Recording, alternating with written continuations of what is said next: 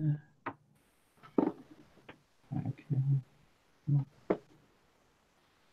And we're live. Awesome. Okay. Thank you, everyone, and welcome to episode 3 of Behind the Curtain with me, Aaron, from Fair Spark Books and Little Heroes Comics. Today, I'm joined by 3 super awesome people, and in this episode, we're going to be diving into the world of online webcomics. And as always, if you are watching us live, feel free to leave questions in the chat, and we'll go and try and answer them as we go along. So I can see a few of you there already, so hello. And I'm just going to get the guests to quickly introduce themselves, starting off with the beautiful Dan Butcher. Beautiful. Well, my name's Dan. I'm one of the hosts on the awesome comic podcast, and I also do the superhero webcomic Vanguard, and you can read that at vanguardcomic.com, and that updated today. It updates twice weekly. I've been doing it for about 10 years, up to issue 16, so there's quite a lot to go through. And wow, 10 years. Yeah, jump in. And then we've got Matt. Hi, I'm Matt Simmons. I'm one of the co-creators of the webcomic Bastard Galaxia. It's just a comic that's about sort of an 80s superhero villain who's got to sort of balance being evil and marketable because he knows they're selling toys with and things like that. So it's just a comic for people of sort of grew up in my sort of generation sort of thing. So beyond that, everything I do is in print, so it's my one and only webcomic that I do. So my knowledge here is going to be quite limited. So, but hopefully I'll be able to answer most questions. That's okay. You put something online, so that counts. And Tom. Hi, I'm Tom Sparke. I am the creator of Captain Fishbeard at captainfishbeard.com on Webtoons and Tapas. I've been doing it for nearly a year. Awesome. So yeah, thank you again for joining me today and taking the time on a Wednesday evening. I was about to say afternoon then. So yeah, just want to jump straight into it really. And the first thing I've got kind of on my list is what made you decide to want to do a webcomic rather than the traditional print medium? And I guess we'll start with Dan, just keep the going. Well, I found with a webcomic, rather than kind of go jumping in straight into print when you essentially might not have an audience built up, doing a webcomic is essentially free as long as you're making the comic and putting pages out. I started mine up on Drunk Duck back when I was more like, that's kind of on its backside a little more now. And there's this whole world of like other sites you look your comic to and kind of get more of an audience. But essentially doing a webcomic, you can kind of learn your trade. It's not too harsh. Only thing is there's a ton of people out there that do webcomics as well, so you have a lot of competition. But it's a great way to build up audience. So I started my Vanguard on Drunk Duck. I did the first 5 or 6 issues on there, and then I jumped onto my own site and hopefully brought a lot of that audience over. So it's kind of like if you start on a pre-made site that already has a built-up audience and readership, I mean, people go there, webcomic readers, you kind of get them on board and then take them off to where you want them to be. Because I find a lot of the tapas, all that kind of stuff, you're very limited in what you can do with your site, whereas when you've got your own site, you can do whatever you want. Okay. So, that's why I did it. Okay, cool. How about you, Tom? Well, I originally wasn't hugely aware of the webcomic universe, certainly not as vast as I am aware of it is now. It started with a legend of the webcomic universe in Chris McCoy, aka Safely Endangered. I'm sure everybody's seen his comics everywhere. I happened to table next to him at an MCM Comic-Con. He said, with your stuff, with the comic strips you do, you should develop the characters and use Webtoon to get your comics out there. So I looked into it and thought this is a wonderful idea. So I started up and then never looked back. It's a wonderful medium, and obviously I've learned a lot more about it now, and I'm some well versed in Webtoon and Tapas there. And I think as Dan was saying, the ready-made audience that's already there was really vital for me starting out. I didn't have any following or many fans behind me to sort of follow my work, so I really needed that natural traffic to come through. So like I said, I've been doing it for nearly a year now, and it's built up really nicely throughout that time. Oh, okay. And then, Matt, how about you? Well, the short answer for me would be because the co-creator, Steve, asked me to.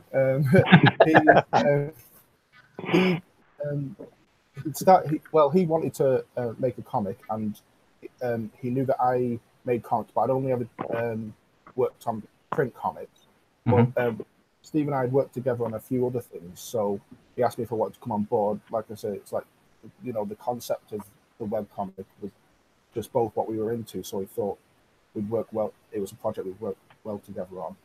I think for Steve, he works on a lot of different stuff. He's got web series and like a gaming channel. He does a lot of stuff online anyway, so he works on animations and things like that. Everything he does is online, so I think it's the most familiar world he's I think the comics, that's what he wanted to go in on, and he asked me, and I said yes. There's an excuse to make comics, really. Okay, interesting. So I noticed that a couple of you had said very different platforms that you've used over the years. So what has made you pick those platforms in the past, and why have you stuck with the one that you're on now? And that's open to anyone, really. I went for Drunk Duck initially because I started doing a webcomic with someone else, and that was the platform they were more familiar with, and I just jumped on board. One of the reasons I kind of left there, because I had a good readership there. I think the company got bought out by someone else ready to invest, and then the investors just didn't get involved, so it kind of just limped on and didn't really do anything. And a lot of people were leaving and kind of set their instance, and I was like, well, that's what I'm going to do. And I used a thing called Comic Easel. It's a WordPress plugin. It's made by a guy called Philip J. Frumpf, and he's just so good. Like he works on it almost tirelessly with little to no pay. And it's really kind of, if you want to start your own site and do a webcomic, all you need to do is buy your domain, the website, and then you can install Comic Easel for free. And as long as you've got a little bit of coding skills or kind of know how to upload a JPEG to a certain size to put in a certain place, you can make your own comic website, and it's relatively easy. Okay. And I think you're on a different platform, aren't you, Tom? Yeah, mine started out on Webtoon. That was mainly because Chris versed me in a few different ones and said that one was the one with the sort of most friendly audience. I thought that's the kind of thing I need for my website. Really friendly thing to start off going, and it really is. You get a lot of friendly comments. I think the people on there are really, there's a real community feel about it. People are very generous, with their follows and subscribes and likes and that sort of stuff. And there are pluses and minuses to a few different platforms. Like I say, I've used that one and Tapas now, and they both do things very differently, but I don't think one's better than the other. Just pluses and minuses to each one. Tapas you can do a lot more with, but I think there is more sort of click-through natural traffic with something like Webtoon. If I started out with mine on another website, on my website, I've got CaptainFishbeard.com. It's just a gateway to the webcomic sites at the moment. But if I'd started out, I wouldn't have an audience at all, I don't think. A big uphill battle, because there's so many webcomics, and there's probably dozens being put out there like daily, and everyone's fighting for their kind of their stake.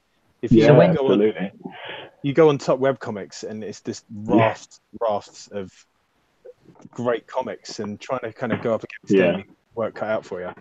So when you guys,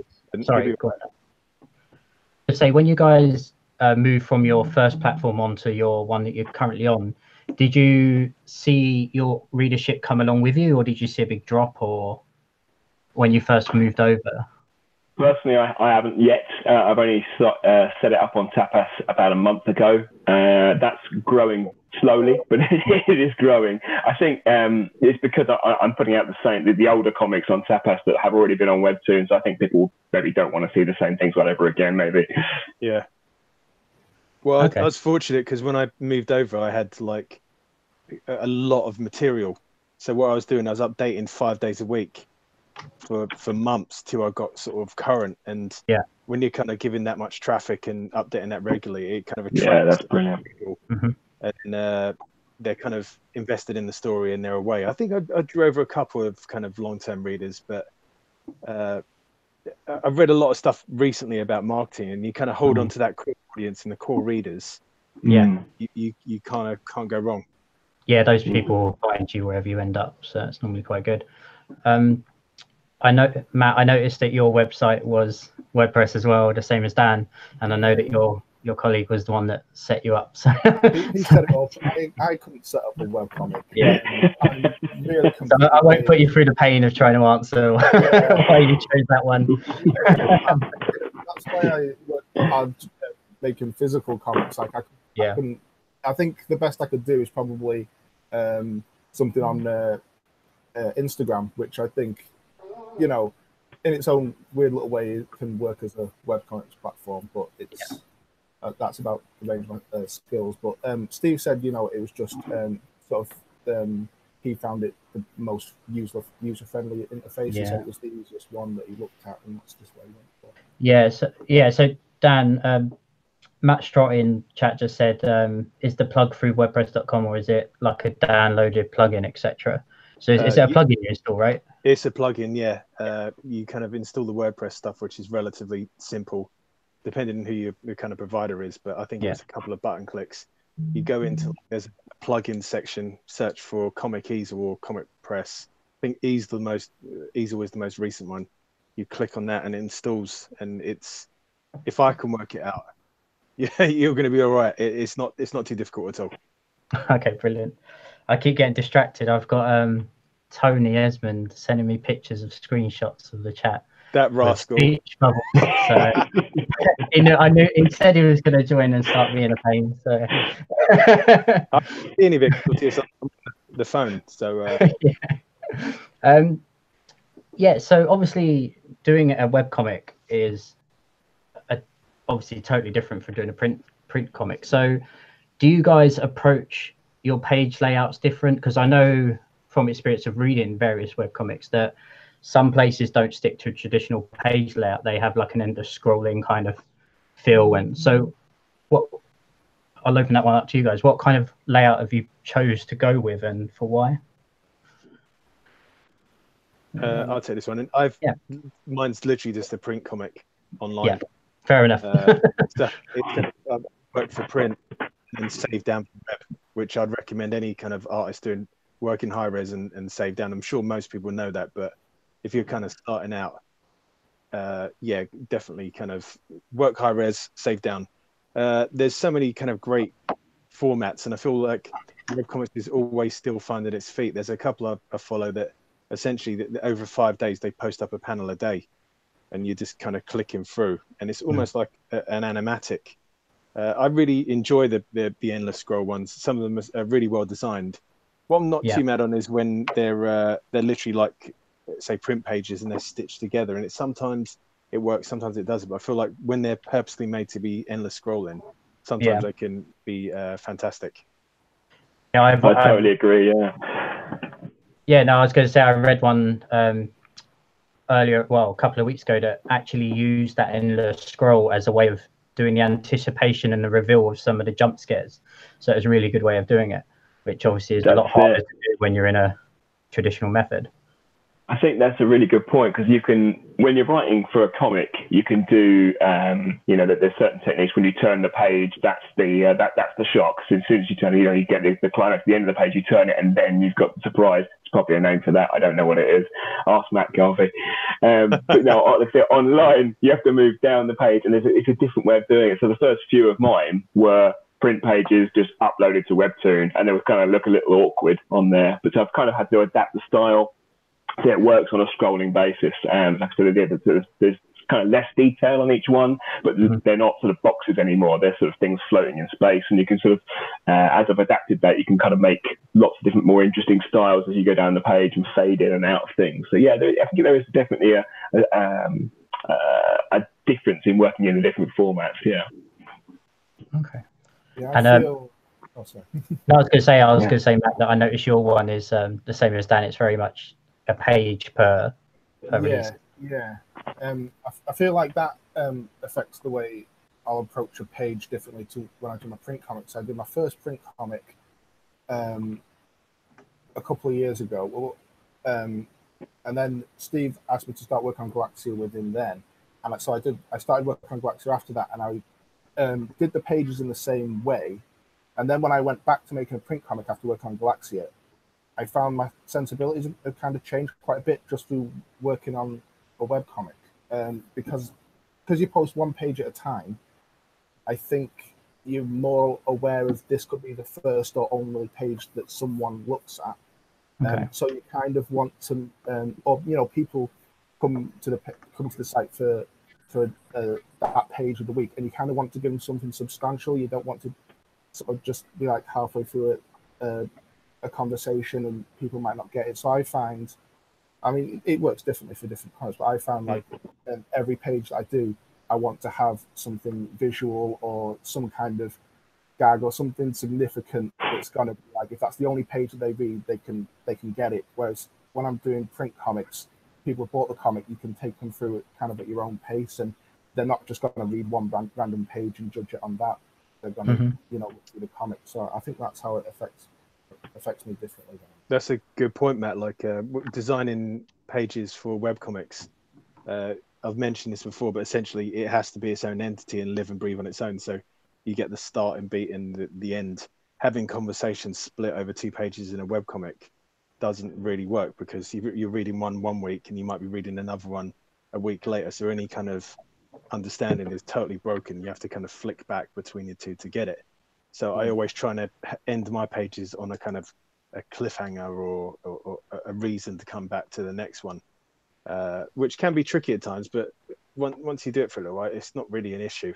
So one thing I don't do, maybe I should, is double page spreads. I just don't do them anymore, which it's a shame. They're a lot of work, but a lot of fun to kind of to look at when they're done. So is that because of the limitations of uploading and viewing it as a double page, or is it just because you're trying to do them? I don't know. It's just it's one of those things, being slightly lazy and just sticking to pages. Yeah, because well, that kind of brings me on to another question I had, which was, obviously with a webcomic, some people commit themselves, like you do, Dan, to once a week. So how do you keep yourself motivated to keep going every week for a book? Do you always do every week, or do you take like a break between? Because I know yours is split up into issues, for example. Do you take a break between issues, or? Yeah, I usually try and do a break in the summer and then a break at around Christmas time, depending if I go kind of over page counts. But I find the best way over recent years is to kind of get all the prep ready, and I've got all the scripts ready and the thumbnails are done, and then as soon as I can get into drawing, I kind of know what I'm doing. Where I've messed up in the past is when I've not known what I'm doing on a certain page and I've got the script and I'm sort of floundering. And when you're kind of working on webcomics, if you start losing the time and you're missing your updates, that's when you kind of, your audience can start wondering, because if you are not giving them the comic and you become unreliable, they might not come back, because there's so many other comics out there. But even if you're doing 1 page a week and it says you're going to do that page on Friday, get that page up on Friday, and you're all right. Is that the same with you guys as well, or? Yeah, totally. It's I started doing mine on Wednesday mornings. I wish I'd got up a bank of them before I started. I should have thought of that. But then I committed to doing the Wednesday morning thing, so I was like, right, that's going to be the thing every single Wednesday morning. But yeah, no, it's great, because that regularity really does bring people in. Like you say, Dan, it's I've got people now who are competing to be the first person on there. As soon as they're on Wednesday morning, they're there waiting for it, which is great. I love it. It's a real sense of involvement there from them. So that's really rewarding. But yeah, I'll often try and build up a bank of 4 or 5 when I've got more time. I'm slightly lucky in the fact that my strips are the guys from the That Comic Smell podcast. They described them as one and done. Just so there's one funny thing every week. So it's a few panels. So there's no sort of theme going through. I don't have to remember where I was last time or what's happened and that sort of stuff. It's just literally that's today's joke. 4 panels, we're done. There's a couple of jokes in there, so I can get, hopefully get them in a bank, 4 or 5 done, so they're in the bank there. So if I haven't got time one week, I can still release one on the Wednesday morning. A bit of a buffer in case things go wrong, really. I just literally looked at your first page, the page that was uploaded today, and the first comment literally says first question mark. do you have like a the joke set up that you're ready to illustrate?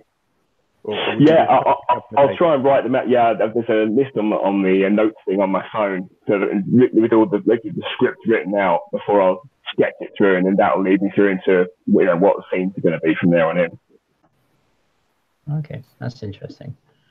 So, Matt, how about you? How do you keep yourself going for that extra every week? Because are you every week, or is that? Well, with Galaxia, we started it every twice a week, which was quite a bit. And Steve works really hard to get the pages out. Steve's the one who puts out all the final pages. He does the digital art. Literally anything to do with the computer, Steve does. So he's the one doing all the nice digital art and everything. And we started with 2 pages a week. But once we put the first volume out in print, we kind of started to fall behind a bit. But we were kind of at a good point, and we were at the end of sort of what we called our first story arc. So we just sort of put out there that we're taking a bit of a break. Yeah, it's been hard to get back on the horse with it because Steve's had a lot going on. He hurt his hand and things like that. It's one of those things. But I've just got to leave Steve to it. Well, he started working on pages again now, but it is the thing where but for me, from my side of things anyway, like I said, I can't put any pages up. But the thing that always sort of keeps me working on it and stuff, and the thing that I like most about working on a webcomic rather than in print is that I think you get the kind of buzz and reward of completing something and putting it out there regularly. I find working on print comics, I'm working away for months on end on a comic that doesn't come out for ages, and it's sort of very confined, and it's very sort of thankless. And whereas if you're doing a webcomic and your webcomic's going out each week, you get that sense of completion and like you're moving forwards. I think when we completed our first story arc, Steve was saying it's 100 pages, and if you sort of said, "Oh, make a 100-page comic," it'd be like, "Oh, it'll take me ages," but it was 100 pages before you even knew it. And I think that getting it out in little bits is a reward in itself, and it builds up over time. I think that's sort of what keeps you going. Yeah, it's interesting, as you say, because if you're building that up over time, you are obviously building up that fan base that are getting invested in the story. And I'm one of the people that really enjoy it when a webcomic does get collated into a book that I can buy, so I can read it all again in one go. But for you, Tom, where your pages are so designed around scrolling, how do you approach when it comes to print? Do you even print your one, or do you? Because I know you do some Captain Beard books, but is it direct from on the website, or is it a different? Yeah, directly. Yeah, they do have to be formatted differently. Yeah, as I was saying, the first ones I did, the first few in the book, I've got one here, are the ones that are formatted like, you can see that there. It's proper boxes on a page, sort of printed comic in a more traditional style. But then as I've moved through, something like that has no boxes, and it's been formatted from a sort of infinite scrolling page. So the things are a bit more abstract. And sometimes you do have to do another illustration to fill a gap which you didn't anticipate being there, or resize one of the other pages to make it fit, that sort of thing. But it's kind of labor of love, going back through all your old comics and remembering where and when you did them, and the emotions that they made you feel at the time, and sort of reformatting those and reliving those, and then getting them out in print again. There's nothing like holding your book in your hand once you've got it.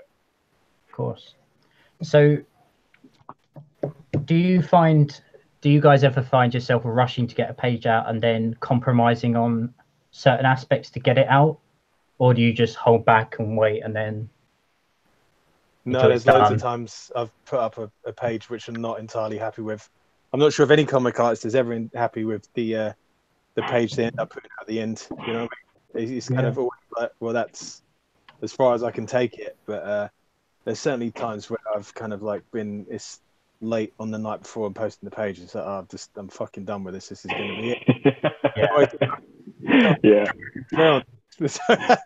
But so I always think, maybe I'll pick that up in the print version, but rarely do I go back and change something. Maybe like I get mine proofread when I get it ready for print, as opposed to put it online, which I got pulled up on the other week by someone calling themselves grammar Nazi. Amazing. So Yeah, because I was going to say that because obviously, the first book that we published at Fair Spark Books was obviously Gallant and Namos, and that originally and still is a webcomic that was again done by Rob Barnes as each page was a week, and that was originally black and white, and he was slowly starting to turn them to color, and that's when I jumped on and said I'd really love to get that to print. So one of the things is we're holding off on putting all of them up as color pages for now and slowly trickling them up so that there's an incentive to want to buy the physical as well. But obviously something that we've done is help out with fine-tuning the editing process and changing words and spelling and any other kind of bits that we find. So going back to what you were saying, so you go through that whole process when you go for print, you definitely have another look, get it proofread. Do you do any touching up with the art, or do you just leave the art as it is? Or I think Steve, when we printed Galaxia, Steve was said, "I'm not going to go back and George Lucas any of the pages." he just said, "It is what it is." I think the good thing, the way me and Steve do, because I do find that I do all the rough pages and send it over to Steve, and he does the digital art. So I feel like sometimes I'm rushing to do stuff, and I start to sort of feel a bit of fatigue, like doing pages when I can, always on the go sort of thing. And sometimes I'm doing page after page and just trying to think of new ways to present things. Sometimes I do feel like I'm getting a bit stale. But I send them over to Steve anyway because we've got to get the pages out. But the good thing about that is then Steve's there to go, maybe I'll change this a little bit, or he'll have a good idea to input sort of thing. So I feel like sometimes I do sort of like rush pages, but Steve's always there as a second set of eyes. Maybe have a new idea and stuff. So I don't have to worry about it quite as much. I feel when you're kind of creating webcomics, if there's a team of you doing it, it's half the kind of battle with webcomics I find is the promoting yourself almost endlessly, and if there's more to do that, it's fantastic. Because I'm sure, well, myself, I can only say my comic updated today before I feel like people get absolutely sick of it. So you should see my Twitter page when it's Kickstarter. Go out every 5 minutes. Come on, come on, guys. I always put like post that says, "I apologise for the next 30 days, but you're in for it." Dream of kind of other people doing pretty much the same thing. I think as long as you kind of don't badger people too much, you got to find that kind of fine line. And you're right. There's always like that. I can't remember the number, but it's always like 70%, 30%, isn't it? Always pad your advertising with a load of interactions. So just don't become one of those Twitter or social hordes that just pretend to be genuine when you're not doing it. By the way, here's my I've started getting I can't remember what the Twitter handle is, but it's obviously a bot, because anytime I mention kids or kids comics, no matter where I do it or who I'm interacting with, it'll always retweet it and say, and then reply, "Oh, you like that? We'll come and join this tunes.com or whatever it is." And you're like, oh, for God's sake. I've got that. Yeah, I thought that one's popped up on mine a few times. So Watson King in chat just said, self-promotion seems important in webcomics. What techniques have you tried and what worked best?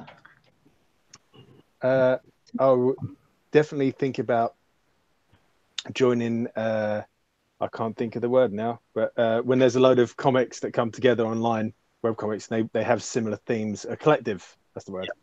And you can help promote each other. I'm part of the Spider Forest collective, and we run a banner that cycles, and people can come onto the main site and they can look comics by kind of genre. And there's like calling back before, when there's a social thing and there's lots of people all kind of like pushing in the same direction, you can get a bit more traffic on your site. Also, dropping a few quid into advertising can't hurt. I've done that on Facebook, and there used to be a site called Project Wonderful, which was pretty handy for bringing in readers. You dropped a few quid on that and you could get target readers who wanted to come over to your site. But unfortunately, that's stopped trading. They don't run that anymore. But I'm going to go with the top webcomics site. It's relatively expensive for the webcomics advertising, but you'll get returns on it. You will get like a lot of new readers and a lot of site views. Not a cheeky way, but one way to promote your webcomic is to do fan art for really super popular webcomics. They'll say, oh, that this drawing was done by Dan Butcher at Vanguard Comic. Why not check out Dan's site? And then away you go. You can kind of, you're not stealing those readers. You're just adding the readers to your comic. They still go to the other comic. Yeah, because at the end of the day, the amount that you can read online for webcomics, and because they're so short, you can potentially see like 20, 30 creators in one day if you really want to. So there's no... Adding one more JPEG onto the pile ain't going to kill you. Yeah. I've just gone on topwebcomics.com, and they've got a massive thing that says advertise on top webcomics for just $1 a day. So there you go. There's all the different sizes. There's, I'm sure guys are a bit more into marketing, you know, the different web size banners, but there's like little square ones on top webcomics, and I think you can get like you have to buy like $100 minimum for the tiny square. Yeah. If you can kind of get a nice little square, a lot of them are animated nowadays, which is kind of a whole new beast. But you show something interesting, and then you can get people clicking through to your site. That's cool. I wouldn't suggest lying on the advertising, because people, if you put a pair of something on your surely not. You don't mean this woman has danger written on the top on the left. Then they go to your website. They say, "This is not what I want." Leave. You have to be a little truthful. Oh god, yeah. I'm just scrolling down the page, and there's a lot of that going on. When Batman got his Willy out that time in a comic, and I think it was at Thought Bubble when everyone was talking about it. Me and Steve were saying to each other, let's just have Galactia get his Willy out. Everyone will be talking about Galactia. That's the best advertising. Well, I did a test. I did 3 squares. One with 2 of the main characters just like looking actiony. Another one with one of the main characters just standing there. And one of the characters who's kind of like a parody character. And she was standing there like her swimsuit superhero costume. And that got like 5 times the likes. And I put this up on social media, like, look, and then this lady said, well, this is all the problem. You're the problem with it. And I'm not endorsing this. I'm just saying, like, it's a little bit of research, and this is what came up. Yeah. It turns out there's a lot of men out there that are willing to spend a lot of money for someone in a bra. Turns out you just got to look at the picture to know that. So I know that you do this, Dan, but I'm not sure about the other 2. But you obviously have a Patreon alongside your webcomic. Do you find that you have a lot of audience on your Patreon for your webcomic, and do you use that as another external advertising, or? I've tried with the Patreon thing. It tends to be the other way around. It tends to be the people who really like the comic will find their way to the Patreon, and there's sort of very lovely, loyal people who enjoy my work and just want to see more of it and just want to support it, which is really lovely. But I've only used it to quite a small extent, to be honest. What about you, Matt? Oh me and Steve don't have anything like that. The Patreon thing. I don't know. Maybe we just don't have the confidence to think people would be willing to money. I think Steve and I, we're always just amazed when someone says they like the comic or read the comic. So to say, oh, do you want to give us some money? And we're just like, no, they never. I think when it comes to advertising and things like that, we're maybe not very good at it.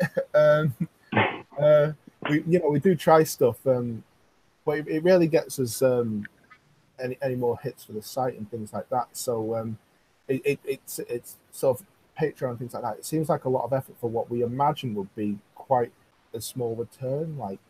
But maybe we're not giving us ourselves. It's the same sort of beast. Like with the webcomic, you just kind of got to keep doing it and building it up very kind of gradually and give people something of worth. One thing I'm careful not to do, and I did for a while, was I would update on the patron site before doing the main site, which I thought that's a good idea. But then ultimately I'm splitting the readership, because the people who are going to the patron are not going to the main site. So I was thinking some webcomics just update entirely on Patreon. So you just pay a kind of like the fee to keep reading along the comic. And if it's only like $1 a month to keep reading the comic, Yeah. and you keep ticking away, you get 50 readers, and you know what I mean. It's kind of, you're not doing too badly. Yeah, absolutely. David Robinson just said, asked in chat, what is your favorite webcomic of all time? You're only allowed to pick one. Oh, that's a tough one. That was really. Oh God, what would I pick? I That's don't know. cool. Obviously, all three of you. Yeah. My current favorite is Matt Smith's Scurry, which is just absolutely fantastic. It blows my socks off all the time. He's done 2 printed versions of it, and the print, the shipping from the States is absolutely astronomical. Yeah, I remember seeing that book before and thinking, when it was on the Kickstarter, and I was thinking I really want that, but yeah, it was, again, for me, it was the too much shipping. I just couldn't do it. And what was it called there? Scurry. It's C-U-R-R-Y by Matt Smith. Cool. It's kind of like it seems like a bit of a kind of almost post-apocalyptic world. There's no humans, and all it is kind of animals, and it follows a mice colony as they kind of go around the ruins of mankind and converse around animals, and there's like a prophecy going on. But the story's great, and the artwork is just unbelievable. I think the Mac used to work in gaming or animation, and it really shows. I mean, people seem to be able to make the jump from animation to comics relatively easily, and the skills certainly translate. And it's got that kind of storyboard art style to it, hasn't it? The nice soft like painting. Yeah, he's kind of like it. He often posts up like GIFs of work in progress, so you'll see like the shots coming along, and at one point like it will snap, and like he's putting a light source, and everything's got like rim lighting and shadow, and you're like, wow. Yeah. I can't paint, but it kind of, I always see it and think, oh man, that looks fantastic. I'd love to do that. I just looked at the second page, and literally the mice have just walked into a kitchen, and it just says water dump. Yeah. Those mice have some class. How about you, Tom? Got a favourite? I mean, recently, again, I don't know about all time, but recently I've been really enjoying Lloyd Davis's Eat My Paint. It's similar in style to mine, where it's a sort of one and done to get the jokes out, but he does everything in MS Paint, and the style is really striking, and it's hilarious. The expressions he manages to get on his characters are brilliant, and he's gaining a lot of popularity. Actually, I think he's going to be really big. It's absolutely hilarious. So what was that one? Sorry, Eat My Paint. Yeah, so you find it on Webtoons. I think he's on Tapas as well. But yeah, this guy's named Lloyd Davis. And this is done in Paint, is it? Wow. That's it. Yeah. It's fantastic. I ain't got patience for Paint. No, it must take so long. Yeah. How about you, Matt? I don't know if you fully class it as a webcomic. I started reading them when they were doing comics for Vice Comics, so I read them online. I don't know if you class it as a webcomic actually. I know you can get printed copies and stuff, so maybe I'm wrong on this one. But Simon Hanselman, Meg Mogg and Owl. Oh yeah. Oh god, yeah, bloody hell. Yeah, he did like a lot of comics. I don't know if you class it as a webcomic. I know there's a lot of printed stuff, but that to me, like it just completely sucked me in. I loved everything about it. It was just his design sensibilities, and the stories were just absolutely utterly bizarre and horrible, but somehow really grounded and relatable. And I just think it's just really, really, really sort of my sort of thing, sort of slice of life, but like really sort of twisted and weird.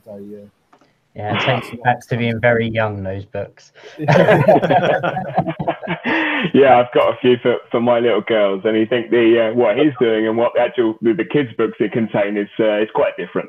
Yeah. Are you sure they're for your little one, Tom? Yeah, I'd get arrested if I was reading the. I just had a look at it.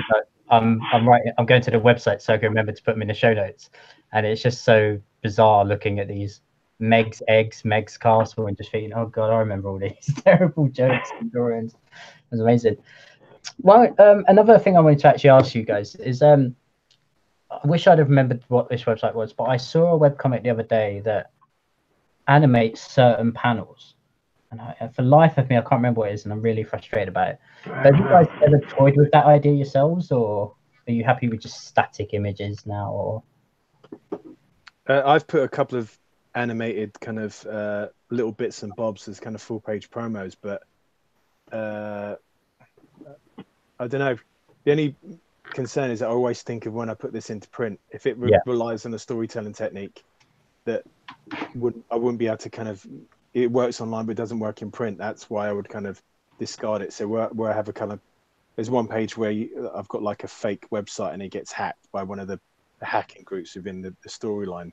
That's fine, but obviously that's just kind of like a bit of a throwaway kind of a little thing, but I wouldn't have that in the print because it wouldn't work.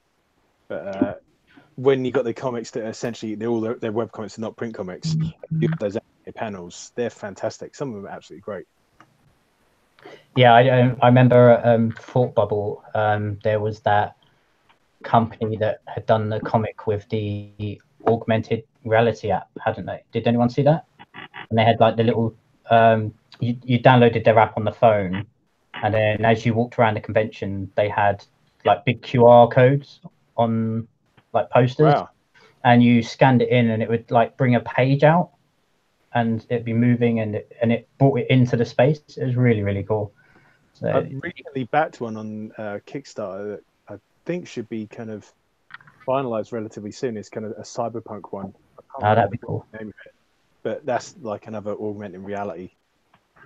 Yeah, I'm finding it really interesting to see where people are taking webcomics, and especially now for the younger audience coming up who are literally glued to their iPads and they are consuming media at a rate faster than we can make it. So keeping them engaged is obviously difficult because they live in that world that is all visual and movement and sound and etc. like that. So I have started to see a trend of people moving into webcomics that have atmospheric music in some of them, and I need to find because some of them are really interesting, especially ones that are trying to portray like scary kind of atmosphere to really try and jump you, because obviously we know in movies that's how they get you most of the time, is that build up of the tension. So being able to do that with images that are slightly moving, because as I was saying earlier, you know, you have like yours, Tom, where it's an infinite scroll. Yeah. I've seen a couple of websites that try and use parallaxing. Do you know that term? So it's where like as you scroll, the background will scroll slower than the content in front of it. Right. Yes. Yeah. So sometimes you get that where like the build up is moving, the page is going down, the content's moving, but that background's slowly moving, and there might be a cloud and stuff like that. I've seen some of those coming through now. That's really interesting. Yeah, that rings a bell. Yeah, I remember seeing something along those lines actually. Yeah, there was another one on Webtoon recently. It was a horror one. And the story went through, and then suddenly it flashed up like your phone was ringing, like on the iPhone screen with this unknown caller thing on it. It freaked me out because it was all of a sudden, and I was like, "What?" It was terrifying. It worked so well. Yeah. I think one of the kind of the bigger points, what you mentioned about with the youth coming up, is even now people don't expect to pay for anything. No, it's online. So kind of webcomics, you kind of got that base covered, but where are you going to kind of generate any kind of income from? And also webcomic readers, without doing them misjustice, a lot of them can be relatively entitled. So when you're not kind of updating, they'll be like, why aren't you updating? Blah, blah, blah. Getting this for free. I'm not having a problem with my readers, but I do see some messages that fellow webcomic creators post online, and they get some stick off their readers, which it's kind of a challenge that we kind of all have to face as webcomic creators. Yeah, I've had that before as well. Can't you do more than one a week? And I'm like, this is taking me loads of time. I really can't. Because obviously the ability to, I'm guessing you guys are not too far ahead in terms of being ahead of your comic to what's posted online. So do you guys ever find yourself bringing any modern, that's not the right word, not modern, but any current events to kind of into what's going on? Like, like you were saying earlier, Matt, about the bat wang going away. Do you ever find yourself doing more of that, or you have your plan and you stick to it, or? Yeah, no. Galaxy's the storyline's got a sort of a framework, but the specifics are sort of very fluid. So we find Steve and I find we're always adapting, always adding new stuff and moving in new directions. It's like not in, it doesn't. I don't think we've ever really sort of done anything in terms of like actual sort of current events or anything that's currently happening, but just the, sort of life experiences sort of like that have happened to us, we'll throw into there, and new things that we've discovered will sort of go into there. It's so yeah, that does come up. Yeah. One thing I've be careful of in the kind of writing with the webcomics is if you're making kind of pop culture reference, they're very specific. Yes, it's fine for the time being, but like a couple of years down the line, you might not get that reference. There's only earlier this week, I got like one of those Facebook memories come up of like a status update, and I'd made a joke of referencing something that was happening in politics or something that day. And I look back and I can't remember what the hell that was about. You have to take fear when you're doing it full print. Yeah, so like someone might not, you might get that person reading that comic that day, and then you might print it, and someone reads it five years later, and you make a joke. Yeah, I guess that's hard with doing webcomics or traditional print, isn't it? That you if you want it to last for a long period, decades and decades, you have to kind of think about it, making it timeless. So, like, because everything nowadays has mobile phones in it, doesn't it? But if you, what they're going to have in 10 years, they, injected in your mind or something. I don't know. I do like to sneak a few really niche references in as well. Just so people who do know that reference will really get it, and then it will really connect with them. But the vast majority of the audience will be like, no, okay, just pass them by. But it'll connect with some people. I do get suckered into doing that a lot. But I mean, like, if you made like a Star Wars reference or kind of like something like that, that's fine. People get more like, oh, Theresa May's doing this or whatever. Or that can kind of that badly. One thing I like watching on YouTube at the moment is obviously, when they film like teenagers looking at stuff from only 10 years ago, like a cassette player or a floppy disk or something like that. They just have no idea. I made a Wayne's World reference today. Nice. And there's a girl that I was sort of talking to, and she looked at me like I was mad. And I was like, was it camera 1, camera 2? Was that? Why are you winking at me, Dan? It's like you don't know Wayne's World. Yeah, I work with a restaurant with a lot of kids, and I find that there's people there, they just never heard of stuff, and like how I had to explain who Beavis and Butthead were to someone the other day. I'm like, why is this happening? Yeah. I heard a story the other day. Somebody's kids came up to them, and they had a 3.5 inch floppy disk next to them. I said, "Oh, hey Dad, you printed out the save icon." Yeah, no. I used to carry around boxes of those things. It's like Spider-Man. Is it home? No, the Avengers Civil War, and then like they make Captain America Civil War, and they make Spider-Man makes the Empire Strikes Back joke, and it's like, you bastard, that's me. Yeah. I was literally watching MacGyver, the new series the other day, and there's an episode where they like an very old Russian nuclear bomb gets stolen or something, and then it turns out that the device to actually set it off to disarm it is so old that they don't even make the plugs to plug it in the wall anymore. Yeah, that's pretty good. Steve and I find we have the kind of the opposite problem when like making references and stuff, because Galaxy is set in the 80s, even though it's sort of in space, or it's not completely historically accurate. But we always have a rule for ourselves that we can't reference anything that wouldn't have existed in the 80s. So sometimes we come up with like little jokes or ideas or little riffs, and we go, "Oh, was that out? Oh no, it didn't come out until 1992. Ruined it." So we kind of have the opposite. Yeah. So we've got a couple of questions in chat that are similar to what we're talking about. So we've got one from Orson King that says, "Is there any references or Easter eggs you're particularly proud of?" And John Ottaway has said, have any of you put likenesses of people that you don't like into your comics just to do bad things to them? So, yeah, I don't know. Anyone? Anyone got any regrets? I've not put any physical likenesses of people in the comic, but personality likenesses, yeah. Yeah, those. I don't know if that's the sort of thing, but yeah, there's sort of definitely sort of like personality references in there. I've got the copy editor for the Vanguard books, stars in the first 9 issues, and then she gets killed in issue 9. Nice.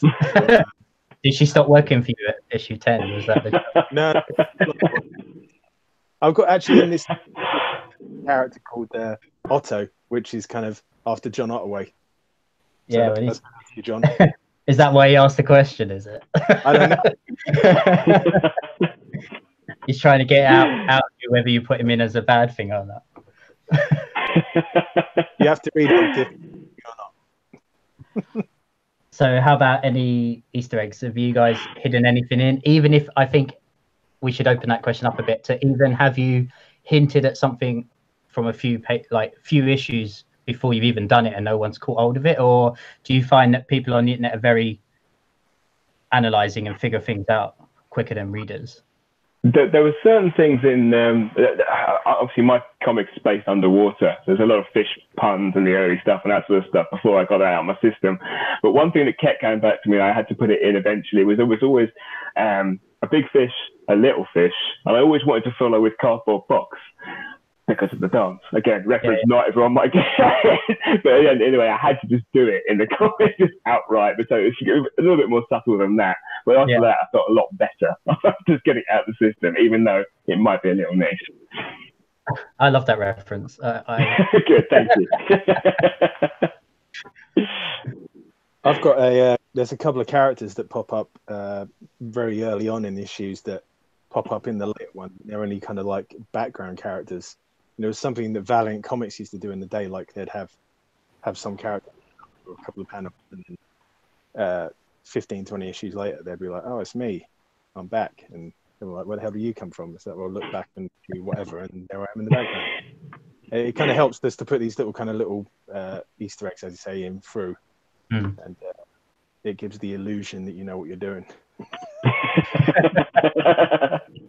Yeah, I meant that. So did you ever like look back at your old pages just to steal something that you could make out was an Easter egg, or like totally done that on purpose? Yeah. No, I've got a couple that are genuine that a lot of people haven't found. Oh, you ever gonna let anyone know that it's there, or are you just gonna? Yeah, it gets revealed in the story, so I can't. That's like a massive spoiler, so I can't really tell anyone. That's right. We're all friends here. Something that I really like about reading webcomics is because you have instant access to the whole history of that book. I like going right back to the beginning, even if it is a comic that you can read each week without going back to the start. I like to see how the artist and the team have changed and how it's got better, because like yours, Dan, has been going for a very long time now, and you can clearly see a great evolution of your artwork improving and the storytelling. And so I love that aspect of it. How about you guys? Do you do that? Do you find yourselves doing that, or is that just me? No. It's like Matt says, I don't want to kind of go back and George Lucas the whole thing. And it is what it is, and it started out and it's grown and it's got better as have I and most other artists who consistently ply their trade. I think to kind of be ashamed of stuff you've worked on in the past is a mistake. I mean, you'd end up chasing your tail, surely, if you've done that. I mean, we've all dug out pictures we've done in the past and then thought, Christ almighty, and cringed at it. Yeah. Try not to beat yourself up too much and kind of keep creating and keep moving forward. Yeah, I agree, Dan. I think it's all about embracing that for what it was at that time, and that's what it was at that time. And just look back on it and go, that was part of it, and we've evolved since then, or not. Or I think it is what it is. You just got to accept it and do what you want to do going forward. Do you obviously you sell your one you guys sell them at the conventions that you go to. Do you ever get people open it up at the beginning and you kind of want to throw them towards the end to go, no, look, it looks totally different now. Definitely not doing Stickmen anymore. Yeah, definitely, yeah. I can't wait for the second volume for mine to come out. It's so much better than the first one. Yeah, we have a similar thing in Galactia in the printed volumes. Like people start looking at it, and I think Steve's artwork's pretty consistent, but the way the story's presented changes quite drastically. So we're always like trying to sort of like get them to have more of a flick through, so they can sort of see that there's definitely like an evolution there, sort of thing. I don't know if this is something I was thinking about. I don't know if you guys feel it. Like sometimes do you feel like sometimes your comics kind of judged more harshly as being a webcomic? I don't know if it's something that that maybe I'm just that's just the way that the vibe that I'm getting. Like sometimes like when we did con, sometimes when we said, oh, you know, it's a webcomic, it's a bit like in a Telltale game when you take the conversation in the wrong direction. Yeah. Well, you know, you get kind of a vibe from him. So yeah, so we.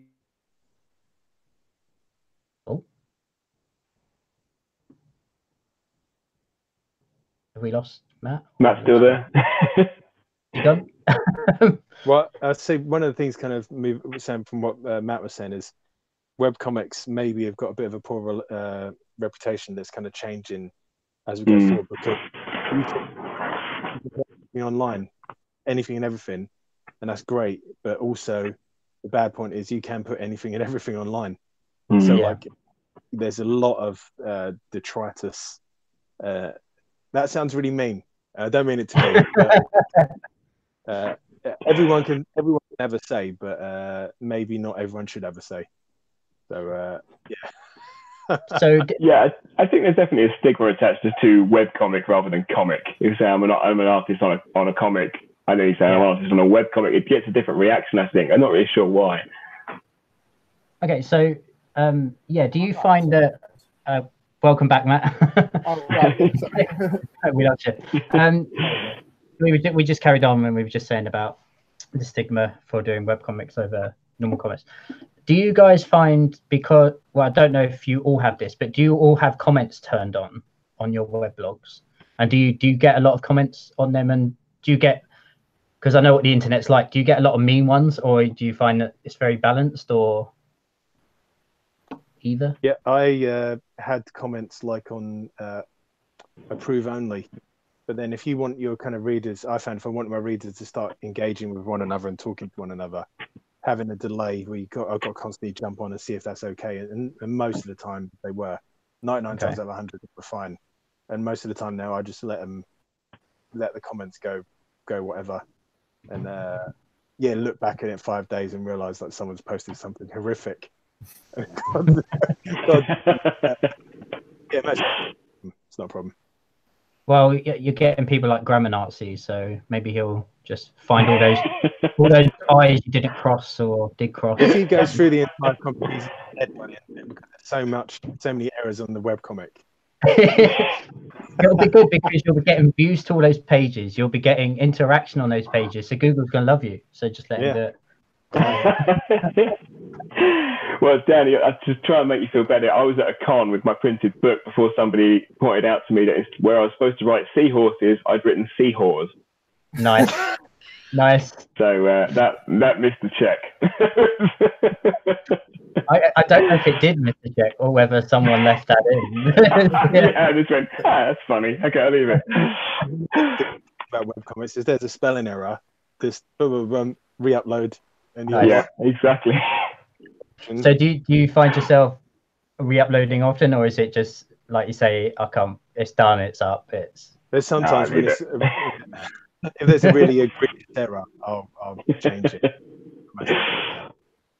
So yeah, we've got a couple of questions that are more like one, where is it gone? Because the chat's moved quite on. Andy Hanks wanted to ask, where's it gone? Try and remember off the top of my head because I can't find it. He basically said, for a technical question, layering, is it on your files, is that good or bad? So when you're in Photoshop or whatever program you happen to use. loads of layers. Yeah. Loads and loads of layers, folders with layers in them, masks, layers, adjustment layers. I mean, essentially, you're flattening it and saving it out, so it's not too much of an issue. You just got to do the old thing of making sure you're naming your layers correctly, because going through and looking at layer 93 and 107, trying to find out what layer does what effect. Yeah, I was watching someone create on Twitch the other day, and they had their layers, and then they would flatten them all together afterwards. And before, like, not just for the export, and that is literally how their file was. So they never could go back and redo those layers if they want to, because they've lost that history, and that would scare me, I think, personally. Yeah, of just too scary. I was just like, but what if you want to change that? No, you're done. Yeah, that's it. It's over. I have like a flashback to a previous issue, and I'll go to that page, pull out that bit without all the colours and some other bits and bobs, and I can plop it in, tweak it a little, and then it's kind of good to go. It looks relatively fresh. It's not ripped straight from the page. And like you said, when they've flattened and saved, oh god, I've had nightmares about flattening pages before they're completed. So do you guys have a little Bible of characters and effects and things that you guys use in your artwork? Did you buy them? Did you say? Sorry, do you have like a Photoshop file or Bible of assets that you kind of reuse all over the place, or? Yeah, just... I've bought a couple of assets in the past, and there's like the generic bad guy, which are these red guards, and I've loads of them, and I've just saved them on one big sheet. And if there's like a load of them running in a panel, I draw the first couple, and then the rest of them I'd like have random ones in the background. And yeah, that's a nice, easy way of kind of building up a horde or a crowd of people. Such a good idea. It's a good idea. It's so much easier. I mean, it's that I always find webcomics is the turnaround time and trying to get it out as quickly as possible. Especially if you're doing one a week, yeah. Which Exactly, that's interesting, because John Ottaway has said, like, how many weeks ahead do you get? Do any of you get ahead, or are you still on that knife edge of? No, I've been on the knife edge, for definitely. But no, I've been as far as 5 weeks ahead. I'm currently, I think, 2 in the bank. I'll have another one done today or tomorrow, so I'll have 3 in the bank for next week. So that's about average, I think. Okay, that's really good. We planned to get a bit of a buffer going, but when we first started the comic, we launched with like 17 pages, so that there's a significant chunk for people to read when the comic was launched, and knife edge ever since then. We never recovered. I have it because I don't draw mine in one page sitting. It's kind of bits and like cut out and scanned and put together in Photoshop. I can kind of like have several pages on the go, and I'll write need to do panel 1, and I can draw that and then slot that in. So I'll have like maybe 10 pages ahead that have bits and bobs done to them, and they get filled in as I get nearer to them. So some pages are more complete than others. I think that's one of the strengths of having like your script done and the thumbnails all ready to go, is essentially I'm just filling in gaps. If it is a matter of me sitting down on a bit of blue board and drawing out a whole comic, I wouldn't get 1 page done a week. That's a simple fact, because I don't have that time to sit down on the drawing board and get that done. Whereas I do have time to sit down quickly with an A4 pad and draw something out quickly and just do 1 panel. So have you invested in your iPad yet? We're nearly there. Nearly there. How much more on your Patreon do you need? Not too much. Got a couple of freelance gigs, and when they come through, see, one of my things that I only buy comic stuff with money that comics has made. Fair enough. Yeah. That it's kind of got to justify itself, and yeah, my fiance says the same thing to me. Yeah, I can't be like buying loads of thousands of pounds worth of equipment. Budget, just what are you doing this? I'm making comics. Yeah, what, that thing that never mentioned. Yeah, that thing. Yeah.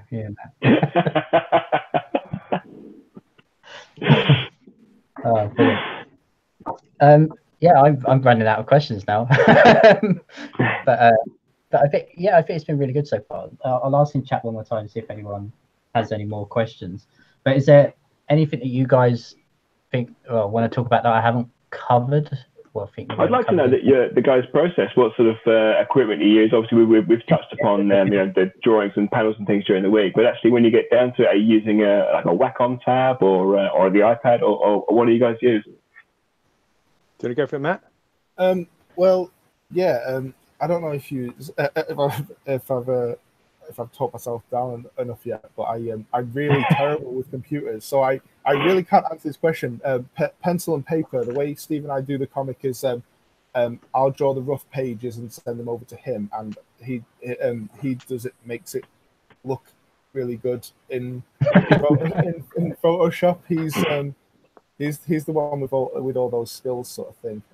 It's we kind of sort of split responsibilities for what we do in sort of a weird way. We don't really, one of us isn't really the writer and the artist. We both sort of, we both have a hand in each. But Steve's definitely the one with the computer knowledge and who makes it look good.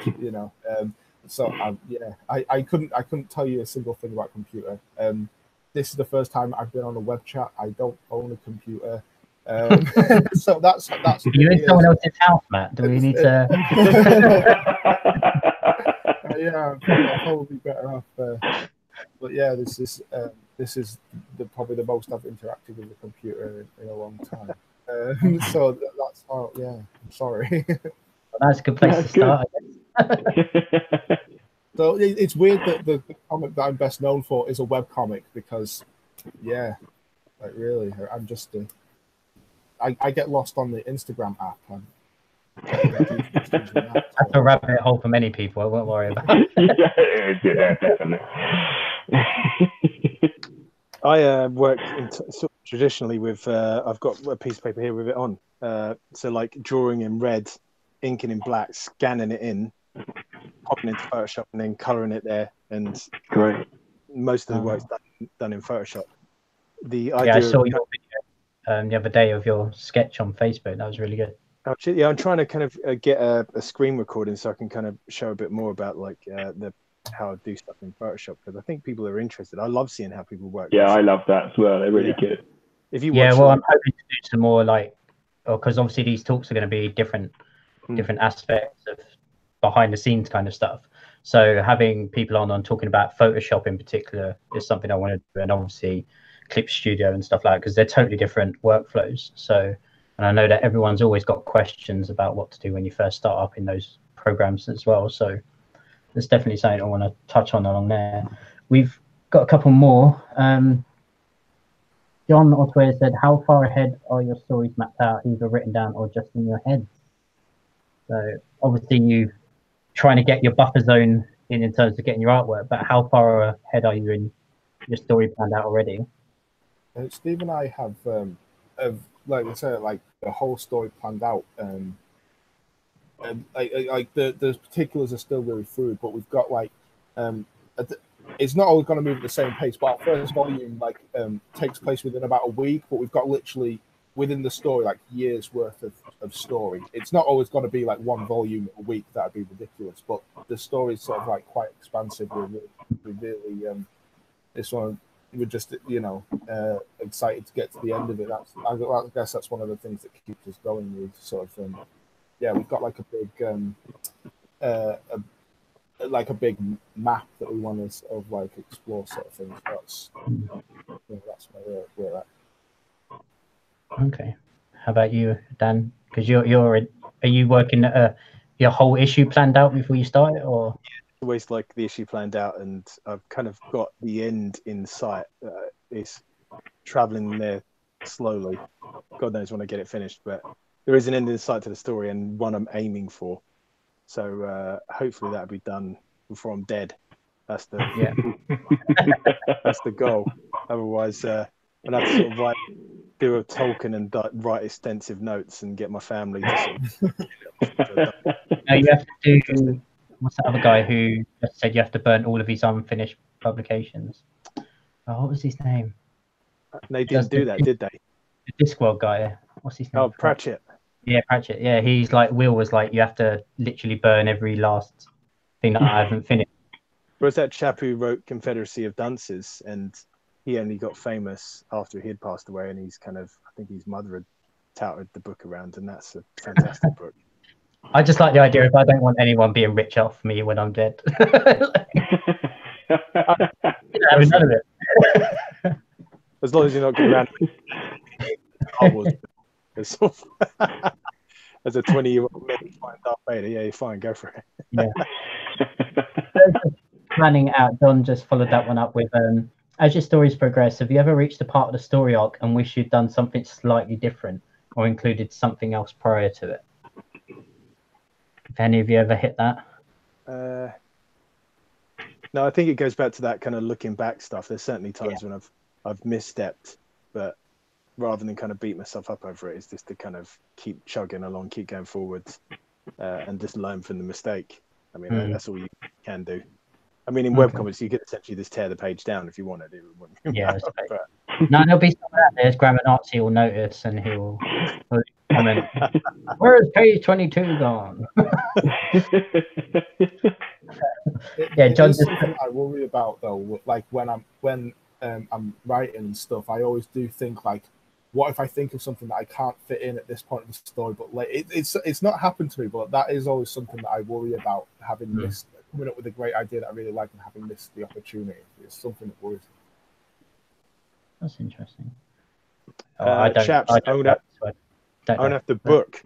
So, yeah, it's getting on, Dan. Definitely jump on. Do you want to quickly just tell everyone where they can find you online before we go? You can find me on Twitter at Vanguard Comic, and you can read all 16 issues of Vanguard at vanguardcomic.com. Check it out. And listen to the Awesome Comics podcast of a Monday. I didn't notice that t-shirt, no. Awesome Comics, Big Cartel. Yeah. All right, cheers, Dan. See you. Nice to see you guys. Bye. Oh no, now we've lost a good looking one, damn it. That is literally what the whole YouTube chat has been for like the last hour. Just, oh, he's handsome. Bringing in those views for the money. Someone's got to do it. Are you guys all right for a little bit longer? Or yeah. Sure. We've got a few more questions. We had one that, John just said that Terry Pratchett thing, they also ran over a magnet over his hard drive, then crushed it with a steamroller. So if you're going to do it. So Sandstorm in the chat said, where's it gone? When you have a bad day, do you work on your comic on a bad day even when you don't want to? Yeah, I think I think there was certain days where you really can't, but there's often days where I don't feel like sketching, and in that case I'll do the inking on the computer or I'll do the colouring, and those are all different mood kind of things to do. So generally I'll be in the mood to do one of them, but sometimes you just don't want to do anything, so you just leave it and have to do double the next day. Yeah, I mean, when I started making the comic, I was having a lot of bad days. It was I was going through a really rubbish time, and one thing that I look back and I'm really happy and appreciative about is that there was so many times when if it was just me making the comic, I would have just given up. I'd be like, I'm going to bed. I'm not carrying on with this. But I'd go to Steve's and we'd hang out and we'd start chatting and writing and talking, and I'd be thinking, I don't have the energy for this. I'm not feeling it. And then Steve would be like, I'll put the kettle on and we'll start writing a page or something. And I just carry on. But I'm really glad I had that there, because that's what kept me going forward, I think. So yeah, I mean, even now, when I'm writing or doing the pages, yeah, I think I generally do try and even write on the bad days, because I don't want to let Steve down. Even, do you know what I mean? I think if I was on my own, I'd let it go. But yeah, I suppose having a team working, you can kind of push each other, help each other out. I find that that's something good about the community as a whole, is especially in the small press world, is that everyone is just so friendly and there for each other. If you are having a bad time, and people will pick up on it generally because you're not posting the same that you normally do, or you've gone quiet for a day, but someone will reach out and be like, how's it going? And having that support system there of fans and creators alike who are there to help. If you are doing a webcomic or you've only just started, definitely join Facebook groups, even like the Awesome Comics podcast group, because you will meet a lot of people that are there for advice, and just friendship. So definitely get on there. Having a bad day, ask some people what they're up to, get into a chat about comics. Yeah, You're still doing something. The day before I did comics, I used to only really go on Twitter just to scream into the void a bit. I'd go on Twitter, just do a bit of complaining when things were wrong. That's all I used it for. There's no one listening to me anyway, so I'm just like, oh, I won't complain about to someone in my real life. I'll go and complain on Twitter. But then since I started doing comics, I remember one day I was like, I just don't have the energy for today. Then another comic creator said, oh, I have days I don't like that, but you can keep going. And he sent me this really nice, encouraging message, and then that just made me like, oh, it's really nice to get me today. But I thought, I'm probably not just going to go on and complain all the time now. It's nice to know that there's people there who are at least replying. It is nice. Yeah, so that is lovely. Yeah, so Santal, just if you're having a bad day, if you can't push for it, there are plenty of people out there, friends to have a chat with. So even if you're talking about comics, you're still doing something.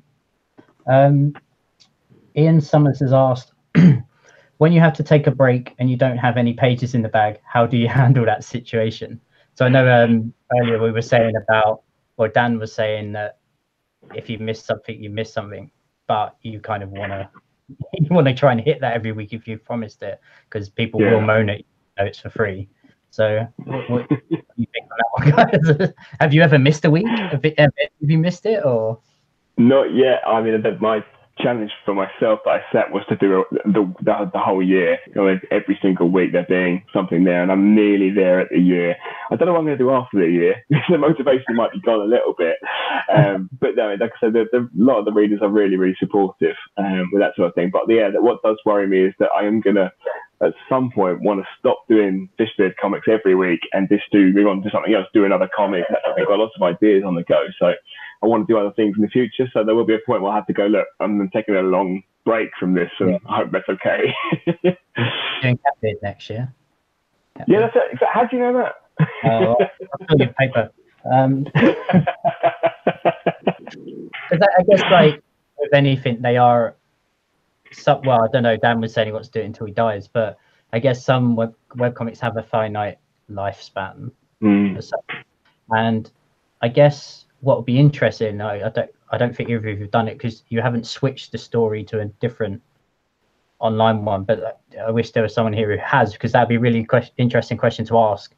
Is when they switched the story, did they keep it on the same website, or did they create a new domain, or stuff like that? So if anyone is listening to this can reach out and let us know on Twitter or in the comments, that'd be really good, because I'd really be interested to understand how people handle that transition to a different story or a different book.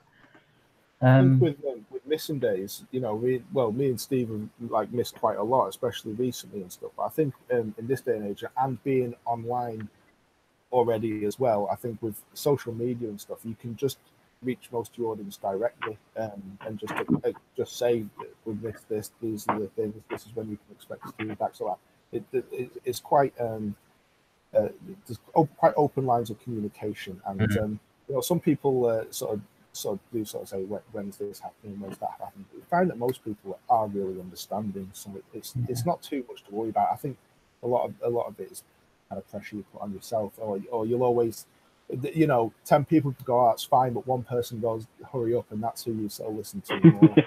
Yeah. I guess a good way to look at it is, you may have wished you may be a day late, or you might be a week, but at least you're not Marvel when you're 3 months late. So for those books that never arrive. Well, it's been, what's that? It's like almost 2 hour and a half now. So one more question. What's this? Regarding your question, moving from one story to another, I'm currently doing 2 separate webcomics, and I wrote both of them on my blog. Oh wow, David Robinson in chat, that's a big commitment. 2 webcomics. Are they weekly? Because that seems like a big ask. But yeah, leave links in the chat, and I'll definitely have a look at those afterwards, because I'll be interested to see. But I think I'm going to wrap that up now, because it's been just over an hour and a half, and I think everyone else has got lives to get back to. So 1 weekly, 1 monthly. Okay, there we go. So not too bad. It's Still a lot of work. I'm saying not too bad. I don't even draw anything. There you go. You guys got the hard work. So, yeah, so I'll wrap it up there. And just for the audience, again, if you guys want to just quickly say your webcomic again and where they can follow you on social media and stuff like that. If you want to go first, Tom, and just advertise yourself away. So it's Captain Fishbeard, captainfishbeard.com. That's what the first book looks like. The second book, hopefully, will be out in April. So I'll have it at the cons that I'll do from there on in. So yeah, captainfishbeard.com. On Twitter is @Sparkface. Instagram's the same. So yeah, thank you. Okay, Matt. You can read Bastard Galaxia for free at bastardgalaxia.com. And you can find us on all social media, including YouTube. We've got a couple of short animations at Bastard Galaxia as well. So that's Twitter, Instagram, YouTube, Facebook. You can check out my print comics at mattsimmonscomics.bigcartel.com. Find me on Instagram, Sheriff_Freak, Twitter, Sheriff Freak, and you can also say hi to Steve on Twitter and Instagram, and that's Robotic Steve. Awesome, brilliant. So again, thank you everyone for joining me, all of us today, and we hope that some knowledge once again has left our collective minds and made its way across the web to you sitting at home. If you can please subscribe to the channel and like this video, it helps with the Google, as everyone knows, those horrible YouTube rankings, and then get us on a bit further up, and obviously lets you guys know that notifications next time we go live. So until, actually we've got a break next week. I've got some family commitments, so I can't do any one next week. But I'll be back in 2 weeks, and we haven't decided what that theme is yet. So if you have any ideas, definitely put it in the comments below, because I'd love to hear what you guys want, even for future episodes. So yeah, thank you, and wish you all a great rest of the week. Say goodbye, everyone. Cheers, guys. Bye, everyone. Cheers. Thanks, bye everyone. Bye everyone, chat.